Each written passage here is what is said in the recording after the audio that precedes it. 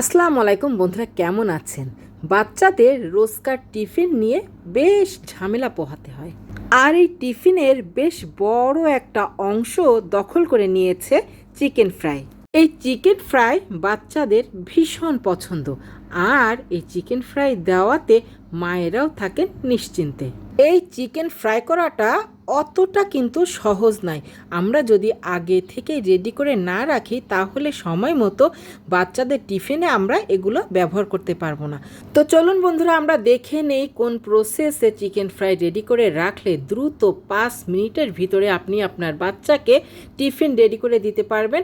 আর সেই সাথে হঠাৎ যদি কোনো বাসায় মেহমান চলে আসে, ওনাকেও আপ্যায়ন করা যাবে এই চিকেন ফ্রাই দিয়ে। তাহলে ভিডিওটি শুরু করা যাক। এর আগে চলুন আমার এই চ্যানেলের জন্য আপনাদের একটু অনুরোধ করে রাখছি, যে সকল বন্ধুরা আমার চ্যানেলে নতুন অতিথি আমার চ্যানেলটি দেখতে এসেছেন, আমার চ্যানেলটি সাবস্ক্রাইব করে পাশে নোটিফিকেশান বেলটি অন করে দিন। আর যে সকল বন্ধুরা অলরেডি ইতোমধ্যে আমার চ্যানেলটিকে সাবস্ক্রাইব করে আমার পাশে বন্ধু হয়ে আছেন, তাদের জন্য অনেক অনেক অনেক শুভেচ্ছা এবং অভিনন্দন। ভিডিওটি টেনে বা স্কিপ করে দেখবেন না, প্রথম থেকে শেষ পর্যন্ত দেখার চেষ্টা করবেন। তাহলে আপনারা খুব ভালোভাবে বুঝতে পারবেন কিভাবে চিকেন ফ্রাই করলে সুস্বাদু এবং ক্রিস্পি হবে। চিকেন ফ্রাই করার জন্য আমি এখানে ফার্মের মুরগি ব্যবহার করেছি। আমি ফার্মের মুরগি একটু ছোট ছোট পিস করে নিয়েছি, খুব বড় পিস করিনি, একটু ছোট ছোট এভাবে পিস করে নিয়েছি। মুরগির এই পিসগুলো আমি একটি হাঁড়ির ভিতরে নিয়ে নিচ্ছি।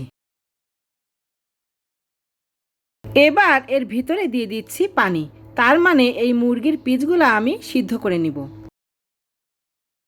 এর ভিতরে আমি দিয়ে দিচ্ছি লবণ আর দিয়ে দিচ্ছি আদা বাটা। এবার এই হাঁড়িটি আমি চুলায় বসিয়ে দিচ্ছি।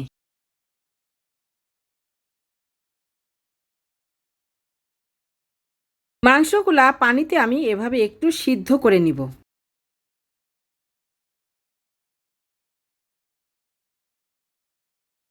মাংস সিদ্ধ হয়ে আসলে আমি এর ভিতর থেকে পানি ঝরিয়ে নিচ্ছি। এখানে একটি বিষয় আমি আপনাদের বলে রাখি, মাংস সিদ্ধ করা এই পানি আমি কিন্তু ফেলে দিব না। এই পানি দিয়ে আমি আমার বাচ্চাদের স্যুপ বানিয়ে খাওয়াবো।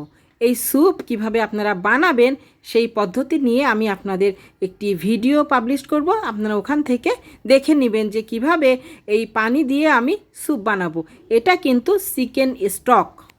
মাংস সিদ্ধ করে নেওয়ার কারণটা হচ্ছে, আমরা যখন চিকেন ফ্রাই বানাই তা এই ফ্রাইটা ভাজতে অনেক সময় লাগে। আমরা যদি চিকেনটা একটু সামান্য সিদ্ধ করে নিই তাহলে ঝটপট আমরা তেলে দেওয়ার সাথে সাথেই কিন্তু এই চিকেনটা খাওয়ার উপযোগী হয়ে যায়।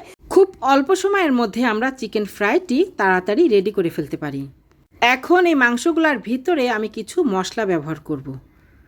আমি এখানে কিছু মশলা নিয়েছি, দেখুন বন্ধুরা, এখানে এলাচ নিয়েছি কিছু লবঙ্গ, এক টুকরো দারচিনি, আর নিয়েছি জয়ত্রী।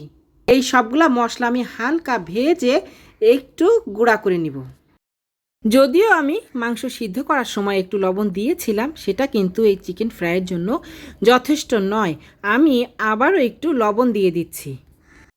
দিয়ে দিচ্ছি হাফ চা চামচের মতো লাল মরিচের গুঁড়া, 1 চা চামচ আদার গুঁড়া, হাফ চা চামচ ভাজা জিরার গুঁড়া। যে মশলাগুলো আমি ভেজে নিয়েছিলাম আমি গ্রাইন্ডারে গ্রাইন্ড করে নিয়েছি। এখন এখান থেকে হাফ চা চামচ আমি ব্যবহার করব এই মাংসের ভিতরে।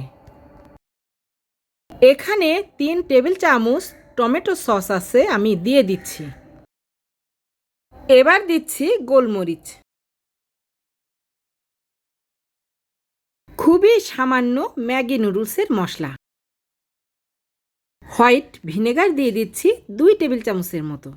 এবার আমি যে মশলাটি দিব সেটি হচ্ছে মাস্টার্ড পেস্ট। আমরা মাস্টার্ড পেস্ট বলতে সাধারণত সরিষা বাটা বুঝে থাকি, তবে সাধারণত আমরা যে সরিষা বাটা ব্যবহার করি এটি সেই সরিষা বাটা না, এর স্বাদ একটু অন্য ধরনের। এইগুলা সাধারণত চাইনিজে ব্যবহার করা হয় বা চাইনিজ রেস্টুরেন্টে ব্যবহার করা হয়। এই মাস্টার্ড পেস্ট আমি যদি চিকেন ফ্রাইতে ব্যবহার করি তাহলে আমার চিকেন ফ্রাইটি একদমই রেস্টুরেন্টের স্বাদে আসবে। এখন এই সমস্ত উপকরণ আমি খুব ভালোভাবে 2 হাত দিয়ে মেখে ফেলবো। মাখার স্টাইলটাও কিন্তু একটু ভিন্ন। আমরা যেভাবে আলু ভর্তা মাখাই বা অন্য কিছু মাখি, এই মাখার নিয়মটা কিন্তু ওইভাবে না। এইটি হচ্ছে নিচ থেকে উপরের দিকে এইভাবে আমি যেভাবে দেখাচ্ছি এভাবে মাখতে হবে।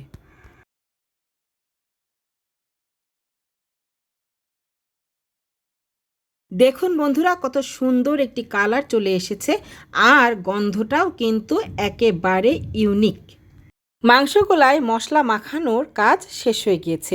এখন এই মাংসগুলা আমি সারা রাত নর্মাল ফ্রিজে রেখে দিব। মাংস কোট করার জন্য আমি ময়দা ব্যবহার করছি।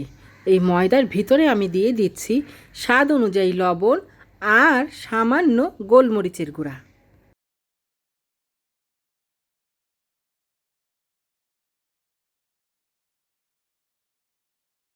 সাথে নিয়ে নিচ্ছি পানি। শুধু ময়দা দিয়েও কোট করা যায়, তবে আমি একটু কালারফুল করার জন্য এখানে নিয়ে নিয়েছি ব্রেড ক্রাম্ব। আমি এই চিকেন ফ্রাইগুলা একটু কালারফুল করব, এজন্য ময়দার পাশাপাশি ব্রেড ক্রাম্বও ব্যবহার করছি।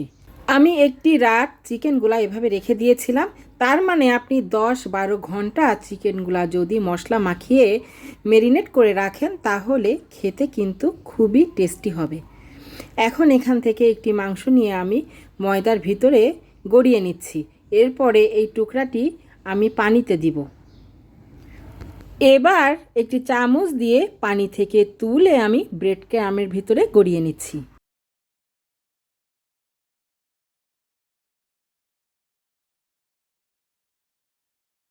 এভাবে আমি সবগুলা মাংসের টুকরা করে নিব।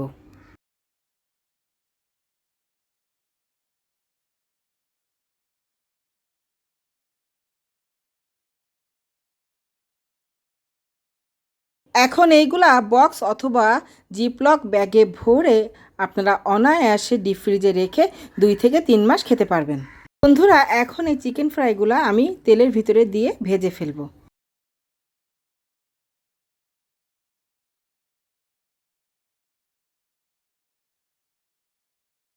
এই চিকেন ফ্রাইগুলা ভাজতে কিন্তু খুব বেশি সময় লাগবে না। 2 থেকে 3 মিনিট তেলের ভিতরে দিয়ে ভেজে ফেললেই রেডি হয়ে যাবে মচমচা ক্রিস্পি সুন্দর টেস্টি চিকেন ফ্রাই।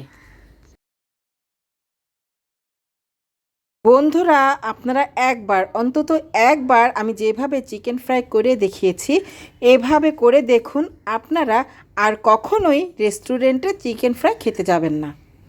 ভিডিওটি আজ এই পর্যন্ত বন্ধুরা। সবাই ভালো থাকবেন, সুস্থ থাকবেন, আমার এই চ্যানেলের পাশে থেকে আমাকে সাহায্য করবেন এই কামনা রেখে আল্লাহ হাফেজ।